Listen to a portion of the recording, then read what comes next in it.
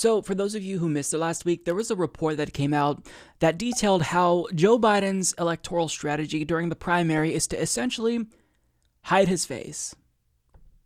Don't say anything. Don't attend many events. Attend as little as possible to still be considered, a player in the race.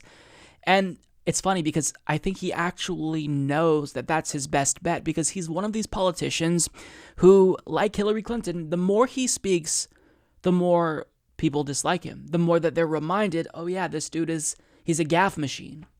He's prone to always say something that pisses off his own base. Hillary Clinton had the same problem. However, I think he may be even more out of touch than Hillary Clinton, which, in my view, it seems absurd. I think maybe strategically he knows a little bit more, but in terms of just policy, he may be worse than Hillary Clinton. He may be to the right of Hillary.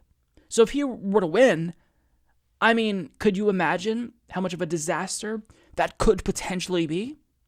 So here's why, even if I think it's a good idea for Joe Biden to hide his face as much as he can during the primary, ultimately, it's still not going to change the fact that people know that he is a conservative, because guess what?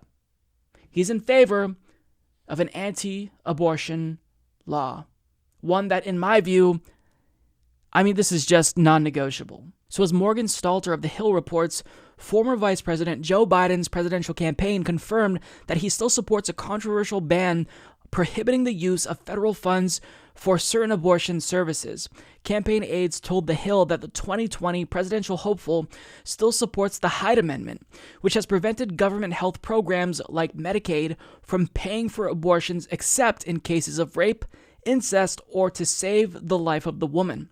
Biden's campaign did say that Biden would be open to repealing the amendment if abortion cases currently protected under Roe v. Wade was threatened. NBC News first reported Biden's stance on the measure. The support appears to differ from what Biden told an American Civil Liberties Union volunteer when asked about the Hyde Amendment last month. Quote, "I can't say," he said. The Biden campaign told The Hill that Biden misheard the ACLU volunteer and thought she was referring to the Mexico City rule, which prevents federal aid money from going to organizations overseas that perform abortions. Biden has never changed his support for the Hyde Amendment, the campaign clarified. Okay, so let's just call it what it is. You're not that serious about protecting women's health care and women's rights. Because abortion is healthcare. Healthcare is healthcare is healthcare. You don't get to pick and choose which procedures people get or don't get. Either you support healthcare or you don't. But what Joe Biden is doing is, yet again, he's taking a right-wing position. How infuriating is that? Women's rights are under attack. And of all times, for his campaign to clarify, you know what? I kind of want to concede a little bit of ground to the right here. Then how can women who are voting for you expect you to fight for them? If you're already conceding on this issue, then can you imagine how he'd act if he were president in the event a real issue came up where he needed to defend a woman's right to choose? Let's say, hypothetically speaking, worst case scenario, these heartbeat bills and effective abortion bans make their way to the Supreme Court. They end up overturning Roe v. Wade. As president, what would Joe Biden do? Would you just say, oh man, that's too bad? Or would you fight? Would you say, well, you know what? Fuck that. Women's healthcare rights, that's not negotiable. So we're going to propose a constitutional amendment to guarantee the right of abortion for women in every single state. Would he even fight, or would he just roll over and die?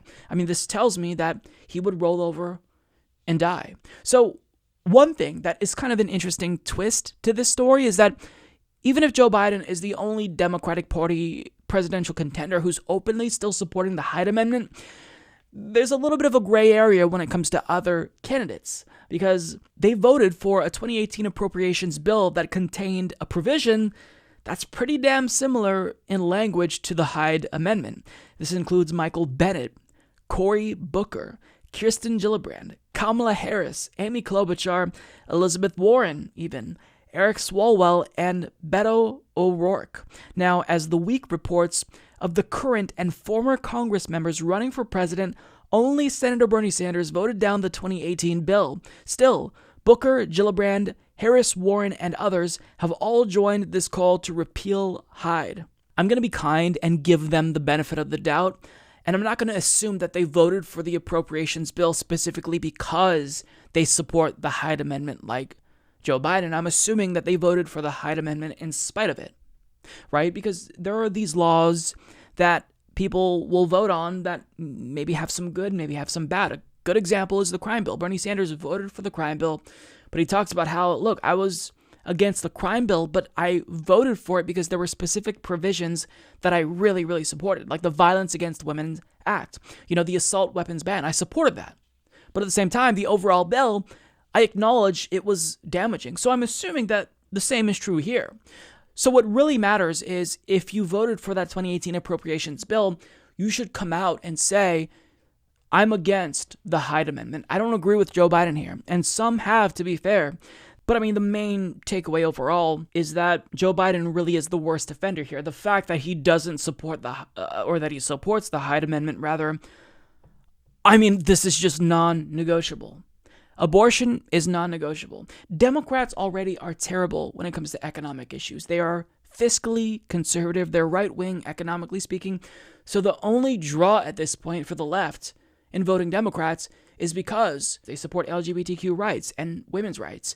But if you're not even going to do that, if you're not even going to meet the bare minimum requirement of our expectations, why are you running, Joe? You don't appeal to the base. You just don't. You shouldn't be running if you're this out of touch, because we're not going to accept this. If you're against abortion rights for women, if you think that that should be restricted in any way whatsoever, then you're wrong and you're a right-winger. So, I mean, this really is unforgivable. And I hope that the Democratic Party base realizes that if you vote for him, this could be a disaster. I know that a lot of people support Joe because they're older and there's this generational gap, and they also think he's more electable. Don't make the same mistake. Don't make the same mistake that was made in 2016. Joe Biden is bad business for Democrats because if he wins, Trump could win a second term, which would be a disaster.